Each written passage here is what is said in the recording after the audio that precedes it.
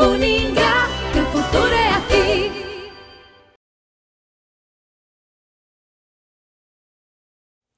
Olá pessoal, eu sou o professor Paulo Pardo e nessa aula nós vamos tratar de um tema muito importante para a gestão de pessoas e stakeholders. O tema da nossa aula, que nós vamos ver agora, é cultura organizacional, poder e liderança. São temas realmente muito importantes e que geram uma literatura muito extensa, especialmente na questão da liderança e da cultura organizacional. Esses temas, se você for numa grande livraria, você vai achar dezenas de obras que tratam a respeito desse assunto. Como é que nós podemos, dentro de uma disciplina acadêmica, dentro de uma pós-graduação, tratar desse assunto e cumprir o papel de informar vocês e despertar em vocês o desejo de conhecer mais a respeito disso? É provocando através de alguns questionamentos que nós faremos durante essa aula. Então, vamos falar um pouquinho sobre cultura organizacional. Se você tem uma longa carreira profissional, se você já passou por várias empresas, você talvez tenha percebido que quando você mudou de emprego, as coisas mudaram no seu ambiente de trabalho, não é verdade? Isso às vezes acontece até mesmo dentro da mesma organização. Às vezes você trabalha numa determinada filial, vai para a matriz ou vice-versa, ou está num departamento e vai para outro, e você nota que alguma coisa mudou. O que está acontecendo? Por que essas mudanças assim? Parece que as coisas estão um pouco diferentes. Você está diante de uma constatação muito clara, que as organizações elas têm culturas próprias que a identificam, que a personalizam em relação a todas as outras. É importante você entender que organizações são construções sociais, ou seja, uma organização só faz sentido com pessoas. Até a própria definição do termo organização significa um ajuntamento de duas ou mais pessoas visando atingir um determinado resultado. Ora, se as organizações são construções sociais e cada pessoa é distinta da outra, você não encontra duas pessoas exatamente iguais no mundo, mesmo que sejam gêmeos univitelinos, fisicamente idênticos, a personalidade deles é diferente. Então, isso distingue uma pessoa da outra. Se você coloca várias pessoas trabalhando juntas, esse ajuntamento cria uma distinção em relação a outra organização que tem um ajuntamento de pessoas diferente. É por isso que as organizações são diferentes. É por isso que um departamento é diferente de outro. É por isso que uma filial é diferente da outra. Mas é claro, quando você pensa numa organização, uma organização grande, por exemplo, que tem diversos departamentos, diversas unidades de negócio, você como gestor, ou como dono, ou como controlador dessa organização, quer que essa organização tenha uma unidade, ou pelo menos uma convergência de pensamento. Por quê? Porque você quer atingir os resultados da organização. Então você precisa ter certa medida de conhecimento e de controle sobre como é essa interação entre as pessoas. É aí que a cultura organizacional ela pode ser uma grande ferramenta para que os gestores conquistem os resultados que eles almejam ou que eles planejaram. Mas como é que é composta a cultura organizacional? A cultura organizacional, na verdade, ela é composta por diversos elementos básicos. Você pode ter, por exemplo, crenças, valores, normas, símbolos, idioma, tecnologia, sanções, que tudo isso misturado forma o caldo necessário para compor uma cultura organizacional. Nós poderíamos pensar, por exemplo, aqui na questão das normas que a organização tem. Talvez você já tenha trabalhado em organizações cujas normas são bem rígidas. Essas normas estão escritas em documentos internos, os colaboradores têm que conhecer profundamente essas normas, muitas vezes têm que assinar um documento atestando que eles sabem o que se exige dele dentro desses normativos da organização. Ok, isso faz parte da cultura organizacional. Então todo mundo que trabalha lá sabe, ó, minha organização tem um conjunto de normas que precisa ser seguido. Bacana demais, perfeito. Você pode ter, por exemplo, certos símbolos que essa organização valoriza. O que são esses símbolos? Por exemplo, uma marca muito forte, um lema muito forte, uma declaração de missão muito forte, que isso é destacado em eventos, em materiais, na intranet da organização, enfim. Esses símbolos, eles são colocados para as pessoas de modo que elas se identifiquem com eles e passem a internalizar esse símbolo como fazendo parte da sua vida profissional. Isso também faz parte da cultura organizacional. Pense aí na tua organização, onde você trabalha, na tua empresa.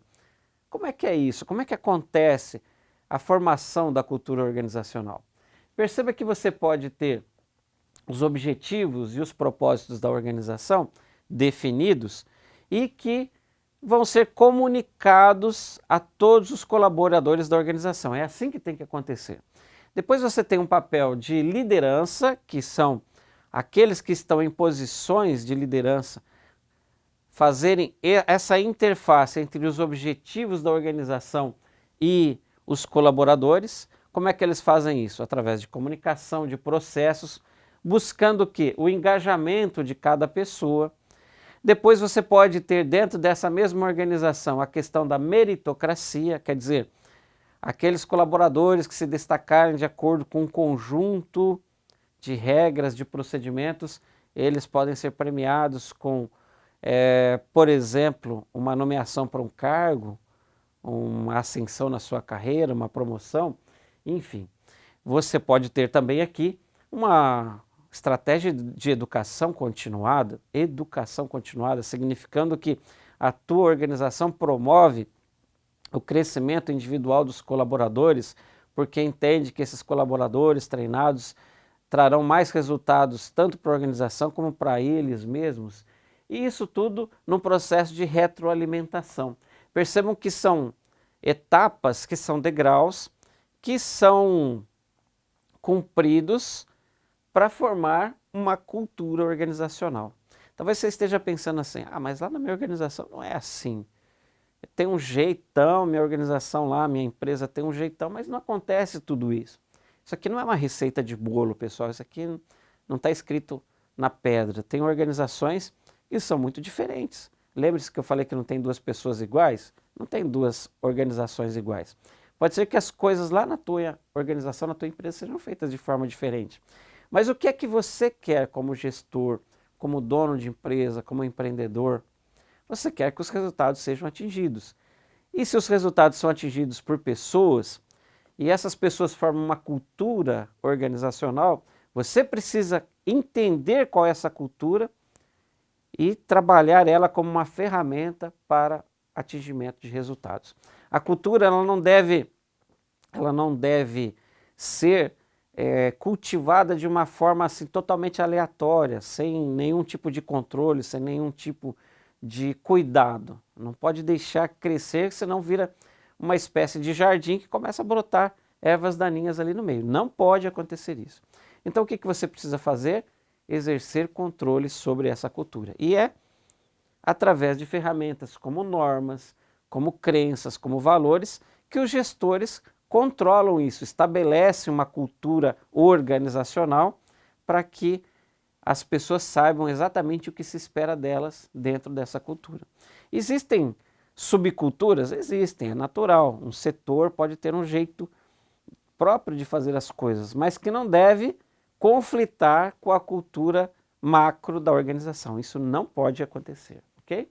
Algo importante quando a gente fala de organizações, de cultura organizacional, é entender que dentro das organizações há uma disputa por poder. E esse tema que nós vamos falar agora, o poder nas organizações. Na verdade, o ambiente das organizações muitas vezes é conflituoso porque há um jogo de poder entre pessoas, entre setores, entre departamentos. Isso é bastante comum, mas não é simples de você lidar com essa situação. O poder é necessário. Por quê? Porque precisa ter uma voz de comando para que as pessoas entendam para que rumo elas devem seguir. Se você não ditar para qual rumo a tua organização vai, vai se aplicar aquela máxima da qualidade, né? Quem não sabe para onde vai, qualquer lugar serve. Então é preciso ter um comando na organização. E isso é uma relação de poder, evidentemente. Se você pegar uma organização pequena, uma organização grande, colocar pessoas da diretoria, pessoas da gerência, pessoas da supervisão, pessoas da operação, você identifica claramente uma cadeia de comando e relações de poder. O poder, muitas vezes, ele pode assumir formas diferentes. Ele pode ser, por exemplo, coercitivo. O que é um poder coercitivo? É um poder que é imposto pela coerção, pela força, por assim dizer. Claro que nas organizações você não vai encontrar, ou pelo menos não deveria, encontrar pessoas batendo nas outras ou torturando ou algo dessa natureza. A gente não pensa nisso, né? Felizmente. Mas é perfeitamente possível que você encontre situações em que alguém faça uma coerção através de comandos duros para que alguém obedeça uma ordem e faça uma determinada atividade. Essa coerção pode ser pelo próprio poder do cargo, e isso é um poder legítimo, ok? Sem problema algum. Acontece, ó, eu sou o gestor, eu quero que seja feito assim, e será feito assim. É um poder de coerção, mas é um poder também legítimo. Ou você pode ir pelo poder da recompensa, significando que você promete para a pessoa, para o teu colaborador, que caso ele cumpra uma meta, caso ele supere essa meta, ele vai obter um resultado X, Y ou Z. Também é uma forma de expressão de poder dentro das organizações. O poder muitas vezes advém do conhecimento, da perícia que alguém tem numa determinada atividade ou num determinado campo. Aquela pessoa que mais entende, que é ultra especialista em algo, geralmente ele tem um poder maior do que alguém que está iniciando agora, que não tem experiência, que vai depender de consulta para essa pessoa mais experiente para executar o seu trabalho. Então, até mesmo na questão da posse do conhecimento de habilidades e competências, existe essa relação de poder. E também existe o poder referente. O que é o poder referente? O poder referente é aquele que é exercido através de que aquela pessoa é consultada para as coisas, ela serve como um ícone, como um exemplo a ser seguido, e essa referência faz dela alguém que exerce poder sobre os outros. Muitas vezes a pessoa nem sabe que tem todo esse poder, mas como ela está ali há muito tempo, ou ela transita melhor entre os departamentos, ou ela fala melhor, enfim, ela tem algo que os outros não têm, ela serve de referência para os demais. Um tema que gera bastante pesquisas, muitos conhecimentos, está relacionado com o quê? Com a liderança.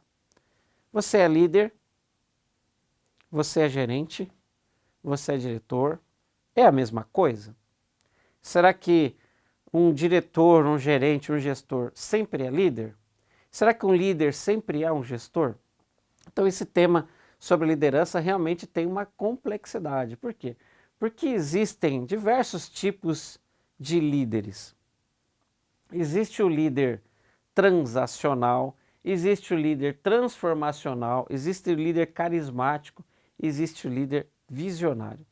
O líder transacional é aquele que lidera uma equipe ou colaboradores visando o atingimento ou a execução de uma determinada tarefa. Aquele líder transformacional é aquele que consegue inspirar as pessoas para fazerem transformações na organização, em processos, em inovações. Ele provoca a transformação.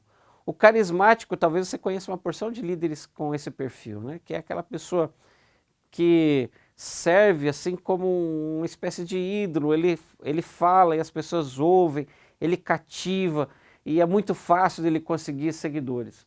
E você tem os líderes visionários, que são aqueles líderes que conseguem inspirar nas pessoas um objetivo de longo prazo, que fazem com que elas se engajem rumo a esse objetivo. Se você não identificou no seu perfil profissional nenhuma dessas características de liderança, talvez seja bom exercitar, porque um gestor, ele precisa em algum momento exercer essa liderança, ele não pode se basear apenas no poder legitimado pelo cargo.